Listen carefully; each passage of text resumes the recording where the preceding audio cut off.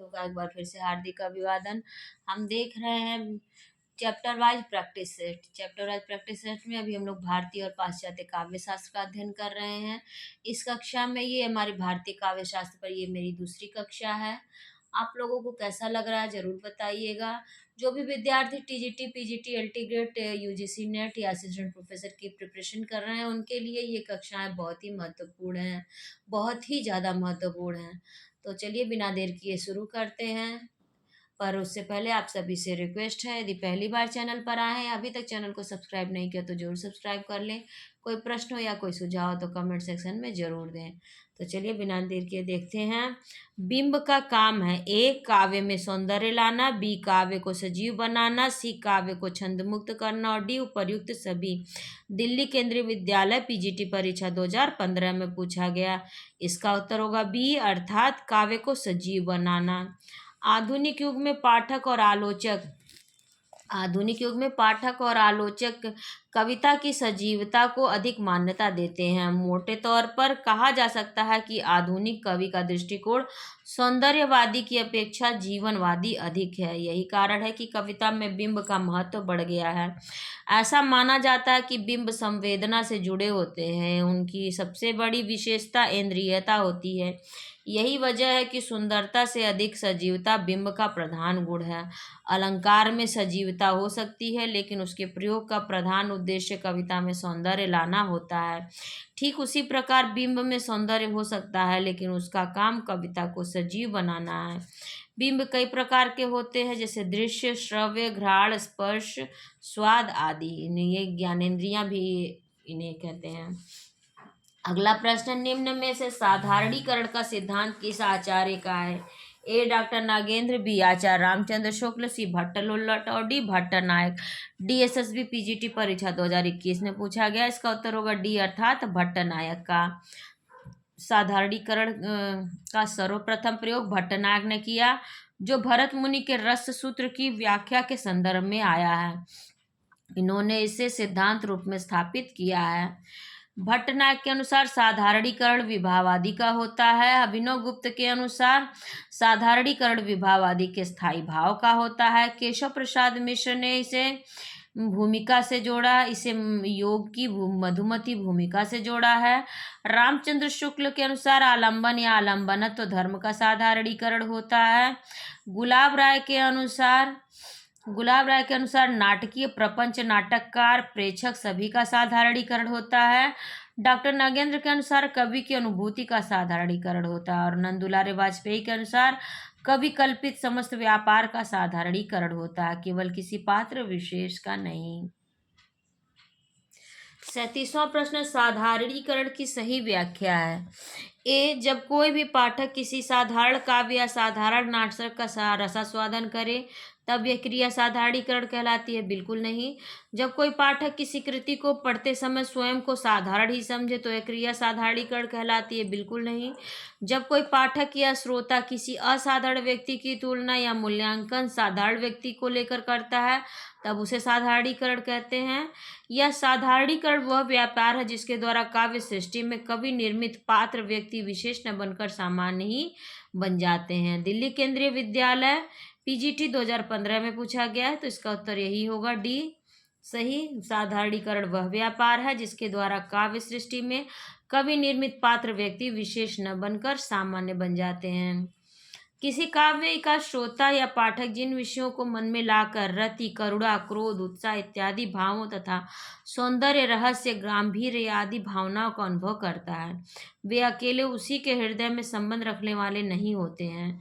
अर्थात जो भी हम कोई भी नाटक देखते हैं, कोई भी फिल्म देखते हैं, कुछ भी मतलब देखते हैं, चलचित्र देखते हैं, तो जो भी हमको अनुभव होता है, जो भी फीलिंग जो उस समय पर्दे पर दिखाई जाती है, जो हम महसूस करते हैं, वो केवल कोई एक व्यक्ति विशेष नहीं महसूस करता, बाकी जितने भी दर्शक होते हैं सभी के मन में उन भावों का आना ही साधारणीकरण होता है। मनुष्य मात्र की भावात्मक सत्ता पर प्रभाव डालने वाले होते हैं साधारणीकरण। उसी से उक्त काव्य को एक साथ पढ़ने या सुनने वाले सहस्त्रों मनुष्य उन्हीं भावनाओं या भावों का थोड़ा बहुत अनुभव कर सकते हैं। जब तक किसी भाव का कोई विषय इस रूप में नहीं लाया जाता कि वह सामान्यतः सभी उसी भाव का आलंबन कर सकें, तब तक उसमें रसोद्योत की पूर्ण शक्ति नहीं आती। इसी रूप में लाया जाना साधारणीकरण कहलाता है। अर्थात जो जो भाव दिखाया जा रहा है नाटक में, वही भाव सभी दर्शकों और श्रोताओं के मन में भी आना चाहिए। यानी आप देखते हैं कभी कोई बहुत इमोशनल सीन आता है तो काफ़ी लोग रोने लगते हैं, जो नहीं भी रोते हैं वो भी उस समय भावुक जरूर होते हैं। यही जो क्रिया होती है, प्रक्रिया होती है, इसी को साधारणीकरण कहते हैं। यह सिद्धांत यह घोषित करता है कि सच्चा कवि वही है जिसे लोक हृदय की पहचान हो, जो अनेक विशेषताओं और विचित्रताओं के बीच मनुष्य जाति के सामान्य हृदय को देख सके। इसी लोक हृदय में हृदय के लीन होने की दशा का नाम रस दशा है। अतः साधारणीकरण वह व्यापार है जिसके द्वारा काव्य सृष्टि में कवि निर्मित पात्र व्यक्ति विशेष न बनकर सामान्य बन जाते हैं। 38वां प्रश्न, निम्नलिखित में से कौन भरत मुनि के रस सूत्र का एक व्याख्याकार नहीं है? ए भट्टलोल्लट, बी क्षेमेंद्र, सी शंकुक और डी अभिनव गुप्त। तो क्षेमेंद्र इसमें से रस सूत्र के व्याख्याकार नहीं है, टीजीटी 2021 में पूछा गया था। भरत मुनि ने अपने प्रसिद्ध ग्रंथ नाट्यशास्त्र में रस सूत्र दिया है, जो इस प्रकार है: विभावानुभाव व्यभिचारी संयोगादृश्य निष्पत्ति। भरत मुनि के इस सूत्र के व्याख्याकार इस प्रकार हैं, 4 व्याख्याकार हैं, वैसे बहुत लोग हैं लेकिन ये 4 लोग ही बहुत महत्वपूर्ण हैं। जैसे भट्टलोल्लट का उत्पत्तिवाद, उत्पत्ति मीमांसा दर्शन से प्रभावित है। शंकुक का अनुमितिवाद है, अनुमिति जिसे न्याय दर्शन पर आधारित है। भट्टनायक का भोगवाद या भुक्तिवाद, ये सांख्य दर्शन से प्रभावित है। और अभिनव गुप्त का अभिव्यक्तिवाद, ये अभिव्यक्ति कहते हैं इसे, और वेदांत दर्शन पर ये आधारित है। अतः आचार्य क्षेमेंद्र रस सूत्र के व्याख्याकार नहीं माने गए हैं। रस सूत्र की व्याख्या अनेक आचार्यों ने की है, जिसमें से प्रमुखतः 4 ही हैं। भट्टलोल्लट अपने सिद्धांत में तदुपतानुसंधान शब्द का प्रयोग करते हैं और शंकुक रस सूत्र की व्याख्या में चित्त तुरंग न्याय का प्रयोग करते हैं। 39वां प्रश्न, भरत मुनि के रस सूत्र में प्रयुक्त निष्पत्ति का अर्थ उत्पत्ति किस आचार्य ने माना है? ए अभिनव गुप्त, बी भट्टलोल्लट, सी भट्टनायक और D Shankuka. Uttar Pradesh 50वीं assistant professor परीक्षा 2021 में पूछा। इसका उत्तर होगा बी अर्थात भट्टलोल्लट। भरत मुनि के रस सूत्र में प्रयुक्त निष्पत्ति या उत्पत्ति का अर्थ भट्टलोल्लट मानते हैं। भरत मुनि के रस सूत्र अनुमितिवाद पर आश्रित व्याख्या किस आचार्य ने की है? ए भट्टलोल्लट, बी अभिनव गुप्त, सी भट्टनायक और डी उपर्युक्त में से एक से अधिक और ई उपर्युक्त में से कोई नहीं। बीपीएससी टीजीटी 2023 में पूछा गया। तारांकित प्रश्न बना है, जबकि इसका उत्तर ई होना चाहिए क्योंकि ऑप्शन में खुद ही दे रहे हैं, उपर्युक्त में से कोई नहीं। तो अनुमितिवाद शंकुक का है। इसके लिए मैंने एक ट्रिक बनाई थी, अभी अभी शंकुक की अनुमिति से भट्टनायक की भुक्ति लेकर भट्टलोल्लट की उत्पत्ति हुई। तो आप याद कर सकते हैं इसे। 41वां प्रश्न, रस निष्पत्ति में अभिव्यक्तिवाद किसका मत है? ए अभिनव गुप्त, बी भट्टनायक, सी भट्टलोल्लट और डी शंकुक। यूके पीजीटी 2018 में पूछा गया। इसका उत्तर होगा ए अभिनव गुप्त। अभिव्यक्तिवाद अभिनव गुप्त अभिव्यक्तिवाद। नाट्यशास्त्र के रचयिता हैं तो सभी को पता है, नाट्यशास्त्र भरत मुनि का नाटक है, बहुत ही महत्वपूर्ण पुस्तक है और ये पीजीटी परीक्षा 2009 में पूछा गया। नाट्यशास्त्र के प्रणेता हैं, फिर वही प्रश्न पूछा गया टीजीटी 2005 में, ये भरत मुनि हैं। 44वां प्रश्न, इनमें से भरत मुनि द्वारा विरचित ग्रंथ का नाम है? फिर वही प्रश्न आश्रम पद्धति प्रवक्ता परीक्षा 2012 और 2009 में 2 बार पूछा गया। इसका उत्तर होगा सी अर्थात नाट्यशास्त्र। 45वां प्रश्न, भरत मुनि के रस सूत्र की भुक्तिवाद के आधार पर व्याख्या किसने की है? तो भट्टनायक की भुक्ति लेकर भट्टनायक ने की है। ये प्रश्न भी जीआईसी प्रवक्ता परीक्षा 2015 में पूछा गया है। रस के संबंध में भुक्तिवाद के प्रवर्तक हैं, इसका भट्टनायक होंगे। पीजीटी 2009 में पूछा गया। भट्टनायक का भुक्तिवाद किस दर्शन पर आधारित है? मीमांसा दर्शन, न्याय दर्शन, शैव दर्शन या सांख्य दर्शन। जीआईसी प्रवक्ता 2012 में पूछा गया। इसका उत्तर होगा डी अर्थात सांख्य दर्शन पर आधारित है। भट्टनायक का भुक्तिवाद ये सांख्य दर्शन पर आधारित है। वो गलती से न्याय दर्शन पर हाइलाइटर लग गया है, इसका उत्तर सांख्य दर्शन होगा। 48वां प्रश्न, भरत के रस सूत्र की व्याख्याता आचार्य शंकुक का सिद्धांत कहलाता है? तो शंकु की अनुमिति से, अनुमितिवाद है शंकु का। ये प्रश्न पीजीटी 2002 में पूछा गया। 49वां प्रश्न, रस सूत्र की अनुमितिवादी व्याख्या करने वाले आचार्य हैं। तो ये भट्टनायक, अभिनवगुप्त, भट्टलोल्लट या शंकुक। तो अभी हम लोगों ने पढ़ा शंकुक है, शंकुक की अनुमिति से टीजीटी 2010 में पूछा गया। भरत मुनि के रस सूत्र की अनुमितिवाद पर आधारित व्याख्या की है, शंकुक ने की है। उत्तर प्रदेश 46वीं असिस्टेंट प्रोफेसर परीक्षा 2014 में पूछा गया। 51वां प्रश्न है, आचार्य शंकुक द्वारा रस निष्पत्ति की व्याख्या का स्वरूप है अनुमितिवादी। ऑप्शन बी सही है, पीजीटी 2009 में पूछा गया शंकुक की अनुमिति से। अगला प्रश्न, रस निष्पत्ति सूत्र की समीक्षा में अनुमितिवाद किसके मंतव्य पर आधारित है? इसका उत्तर भी शंकुक है, आश्रम पद्धति 2009 में पूछा गया। 53वां प्रश्न, रस निष्पत्ति के संबंध में भट्टलोल्लट का मत है। तो उत्पत्तिवाद। जीआईसी प्रवक्ता 2017 में पूछा गया भट्टलोल्लट का उत्पत्तिवाद। भट्टलोल्लट द्वारा प्रतिपादित मत कौन है? पीजीटी 2010 में पूछा गया उत्पत्तिवाद। रसानुभूति के संदर्भ में उत्पत्तिवाद संप्रदाय के जनक हैं, आश्रम पद्धति 2009 में भी पूछा गया भट्टलोल्लट उत्पत्तिवाद यानी भट्टलोल्लट। भट्टलोल्लट निम्नलिखित में से कौन सा युग्म सही नहीं है? भट्टलोल्लट उत्पत्तिवाद, शंकुक अनुमितिवाद, आचार्य मम्मट भुक्तिवाद और अभिनवगुप्त अभिव्यक्तिवाद। तो आचार्य मम्मट ने कोई नहीं दिया है, यही गलत ऑप्शन है। टीजीटी 2005 में पूछा गया। रस निष्पत्ति के संबंध में चित्त तुरंग न्याय की मान्यता किस आचार्य की है? तो शंकुक की है चित्त तुरंग न्याय। जीआईसी प्रवक्ता 2012 और डाइट प्रवक्ता 2014 में पूछा गया। रस निष्पत्ति के संबंध में चित्त तुरंग न्याय की मान्यता आचार्य शंकुक की है। भट्टनायक ने रस सिद्धांत के अंतर्गत साधारणीकरण व्यापार का सर्वप्रथम उल्लेख किया है। रस विवेचन में चित्त तुरंग न्याय की कल्पना इनमें से किस आचार्य ने की? तो शंकुक ने की। जीआईसी प्रवक्ता परीक्षा 2017 में पूछा गया। फिर 59वां प्रश्न, चित्तुरंग न्याय का संबंध किससे है? शंकुक से है। हम लोग देखें कितनी बार एक ही प्रश्न को रिपीट किया है। यूके पीजीटी 2020 में पूछा गया है। सूची 1 को सूची 2 से मिलान करना है। तो अभी शंकुक की अनुमिति से भट्टनायक की भुक्ति लेकर भट्टलोल्लट की उत्पत्ति हुई। मैंने अभी ट्रिक बताई है, इससे आप लोग जान सकते हैं। भट्टलोल्लट का उत्पत्तिवाद, शंकुक की अनुमितिवाद, भट्टनायक का भुक्तिवाद और अभिनवगुप्त का अभिव्यक्तिवाद। अभी यानी अभिनवगुप्त, अभिव्यक्तिवाद शंकुक की अनुमिति, तो शंकुक का अनुमितिवाद भट्टनायक की भुक्ति लेकर के यानी भट्टनायक का भुक्तिवाद, भट्टलोल्लट की उत्पत्ति हुई यानी भट्टलोल्लट का उत्पत्तिवाद। 61वां प्रश्न, भारतीय रस सिद्धांत में साधारणीकरण का प्रयोग सर्वप्रथम किसने किया था? ए आचार्य विश्वनाथ ने, बी आचार्य जगन्नाथ ने, सी आचार्य भट्टनायक ने और डी आचार्य अभिनवगुप्त ने। डाइट प्रवक्ता परीक्षा 2014 में पूछा गया। इसका उत्तर होगा सी अर्थात आचार्य भट्टनायक ने। भारतीय रस सिद्धांत में साधारणीकरण का प्रयोग सर्वप्रथम भट्टनायक ने किया था। साधारणीकरण शब्द का प्रयोग भट्टनायक ने रस निष्पत्ति संबंधी भरत सूत्र की व्याख्या के लिए किया।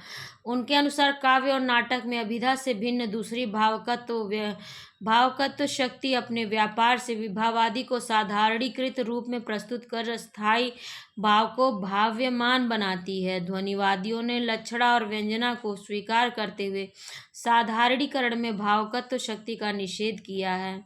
इनमें से अलंकारवादी आचार्य नहीं है। ए केशव, बी जयदेव, सी भामा और डी आनंदवर्धन।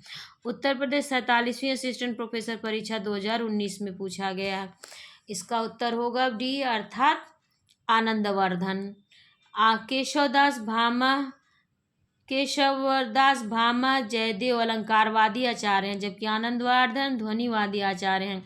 आनंदवर्धन का प्रमुख ग्रंथ ध्वन्यालोक है। भामा को अलंकारवाद का संस्थापक माना जाता है और इनका प्रमुख ग्रंथ है काव्यालंकार।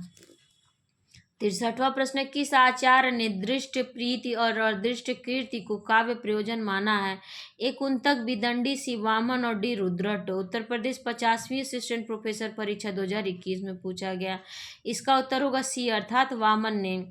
आचार्य वामन ने दृष्ट प्रीति और अदृष्ट कीर्ति को काव्य प्रयोजन माना है। 64वां प्रश्न, महिम भट्ट द्वारा प्रतिपादित सिद्धांत है। ए अनुमानवाद, बी तात्पर्यवाद, सी लक्षणवाद और डी अभिव्यंजनावाद। पीजीटी परीक्षा 2000 में पूछा गया। महिम भट्ट ने अपने अनुमान सिद्धांत को प्रतिपादित करते हुए अपने व्यक्ति विवेक नामक ग्रंथ में ध्वनि सिद्धांत के विरुद्ध लिखा। उनका मत है कि ध्वनि सिद्धांत के विशाल भवन का जिस व्यंजना के मूलाधार पर निर्माण किया गया है वह व्यंजना कोई स्वतंत्र पदार्थ नहीं किंतु पूर्व सिद्ध अनुमान ही है। अनुमान में साधन से साध्य का अनुमान किया जाता है। जैसे पर्वत पर धुआं होने पर वहाँ अग्नि का अनुमान किया जाता है, उसमें पर्वत पर अग्नि होना सिद्ध करने में धुआं ही साधन है अर्थात कारण है, क्योंकि जहाँ धुआं होता है वहाँ अग्नि अवश्य होती है। महिम भट्ट का कहना है किसी प्रकार जिसे व्यंजक कहा जाता है उसके द्वारा व्यंग अर्थात व्यंग्य अर्थ की प्रतीति होना भी बताया जाता है। यह उसी प्रकार व्यंग्यार्थ की प्रतीति का कारण है जिस प्रकार धुआं अग्नि के अनुमान का कारण है और जिसे व्यंग्यार्थ कहा जाता है वह उसी प्रकार अनुमान का विषय है जिस प्रकार अग्नि। इसी युक्ति के आधार पर महिम भट्ट ने ध्वनिकार द्वारा प्रदर्शित ध्वनि के अनेक उदाहरणों में अनुमान का प्रतिपादन किया है। 65वां प्रश्न, आचार्य भरत के रस सूत्र के प्रथम व्याख्याता हैं। ए भट्टलोल्लट, बी आचार्य शंकुक, सी अभिनवगुप्त और डी आचार्य विश्वनाथ। यूके पीजीटी 2018 में पूछा गया। इसका उत्तर होगा ए अर्थात भट्टलोल्लट। आचार्य भरत के रस सूत्र के प्रथम व्याख्याता भट्टलोल्लट है। उनके अनुसार रसानुभूति स्थायी भावों का ही परिवर्धित रूप है जो विभाव आदि से पुष्ट होकर स्थायी भाव के उपस्थित होने पर प्रकट होती है। रसानुभूति को और लौकिक अनुभूति का भेद स्पष्ट न कर सकने के कारण लोल्लट का मत भ्रामक समझा गया है। 66वां प्रश्न, आचार्य भरत मुनि के बाद रस निष्पत्ति को लेकर मुख्य रूप से किन विद्वानों ने रस के विषय में अपने विचार दिए हैं? उनके नामों का कौन सा क्रम सही है? ए भट्टलोल्लट, भट्टशंकुक, भट्टनायक, अभिनवगुप्त, बी अभिनवगुप्त, भट्टनायक, भट्टशंकुक, भट्टलोल्लट, सी भट्टनायक, भट्टशंकुक, भट्टलोल्लट, अभिनवगुप्त, डी भट्टशंकुक, भट्टलोल्लट, भट्टनायक, अभिनवगुप्त। पीजीटी परीक्षा 2005 में पूछा गया। इसका उत्तर ए सही होगा अर्थात सबसे पहले भट्टलोल्लट है, फिर शंकुक है, फिर भट्टनायक, फिर अभिनवगुप्त। आचार्य भरत मुनि के रस निष्पत्ति को लेकर मुख्य रूप से जिन विद्वानों ने रस विषय में अपने विचार दिए हैं उनके नामों का सही क्रम भट्टलोल्लट, भट्टशंकुक, भट्टनायक और अभिनवगुप्त हैं। अगला प्रश्न, रस निष्पत्ति को लेकर की विवेचना में भावकत्व और भोजकत्व की कल्पना किस आचार्य ने की है? ए भट्टलोल्लट, बी भट्टनायक, सी शंकुक और डी अभिनवगुप्त। जीआईसी प्रवक्ता 2012 में पूछा गया। उत्तर होगा इसका बी भट्टनायक। रस निष्पत्ति की विवेचना में भावकत्व और भोजकत्व की कल्पना सांख्य शास्त्री आचार्य भट्टनायक ने की है। वे रस प्रक्रिया में भुक्तिवाद को मानते हैं। उन्होंने शब्द की 3 शक्तियां माना है, अभिधा भावकत्व तथा भोजकत्व। 68वां प्रश्न, रस सिद्धांत की व्याख्या करके सबसे पहले दर्शक की महत्ता किसने स्वीकार की? भट्टनायक, अभिनवगुप्त, भट्टलोल्लट या शंकुक। दिल्ली केंद्रीय विद्यालय पीजीटी परीक्षा 2015 में पूछा गया। इसका उत्तर होगा बी अर्थात अभिनवगुप्त ने। अभिनवगुप्त ने भट्टनायक की अनेक मान्यताओं का खंडन करते हुए भी साधारणीकरण को स्वीकार किया है, किंतु अब तक रस निष्पत्ति के सभी व्याख्याओं द्वारा काव्य के पाठक या श्रोता के व्यक्तित्व की उपेक्षा होती रही है। किसी का भी ध्यान इस तथ्य की ओर नहीं गया कि रसानुभूति में काव्य वस्तु के अतिरिक्त स्वयं पाठक का भी थोड़ा बहुत योगदान रहता है। अभिनवगुप्त ने इस ओर ध्यान देते हुए अभिव्यक्तिवाद की प्रतिष्ठा की। उनके मतानुसार काव्यास्वादन से पाठक के हृदय में किसी नए तत्व की सृष्टि नहीं होती, अपितु उसकी जन्मजात वासनाएं ही उद्वेलित होकर व्यक्त हो जाती हैं। 69वां प्रश्न, ब्रह्मानंद सहोदर किसे कहते हैं? ए रस, बी वक्रोक्ति, सी ध्वनि और डी अलंकार। उत्तर प्रदेश 47वीं असिस्टेंट प्रोफेसर परीक्षा 2019 में पूछा गया। इसका उत्तर होगा ए अर्थात रस को ब्रह्मानंद सहोदर या ब्रह्मास्वाद सहोदर, लोकोत्तर चमत्कार या प्राण वेदांतर स्पर्श शून्य इत्यादि कहा जाता है। रस का सर्वप्रथम उल्लेख भरत मुनि ने अपने ग्रंथ नाट्यशास्त्र में किया है। अगला प्रश्न, रस को नाट्य तक सीमित रखने का सर्वप्रथम विरोध किसने किया? ए भामह, बी रुद्रट, सी आनंदवर्धन और डी अभिनवगुप्त। इसका उत्तर होगा डी अर्थात अभिनवगुप्त ने। रस को नाटक तक सीमित रखने का सर्वप्रथम विरोध अभिनव गुप्त ने किया। अब इसके आगे हम काव्य गुण देखेंगे और काव्य दोष देखेंगे। इससे लेकिन इस कक्षा को यहीं पर विराम देते हैं। इसके आगे के प्रश्न हम अगली कक्षा में देखेंगे। तब तक पहली बार चैनल पर आए हैं या अभी तक चैनल को सब्सक्राइब नहीं किया तो जरूर सब्सक्राइब कर ले। कोई प्रश्न हो या कोई सुझाव तो कमेंट सेक्शन में ज़रूर दें। आप सभी का बहुत बहुत धन्यवाद।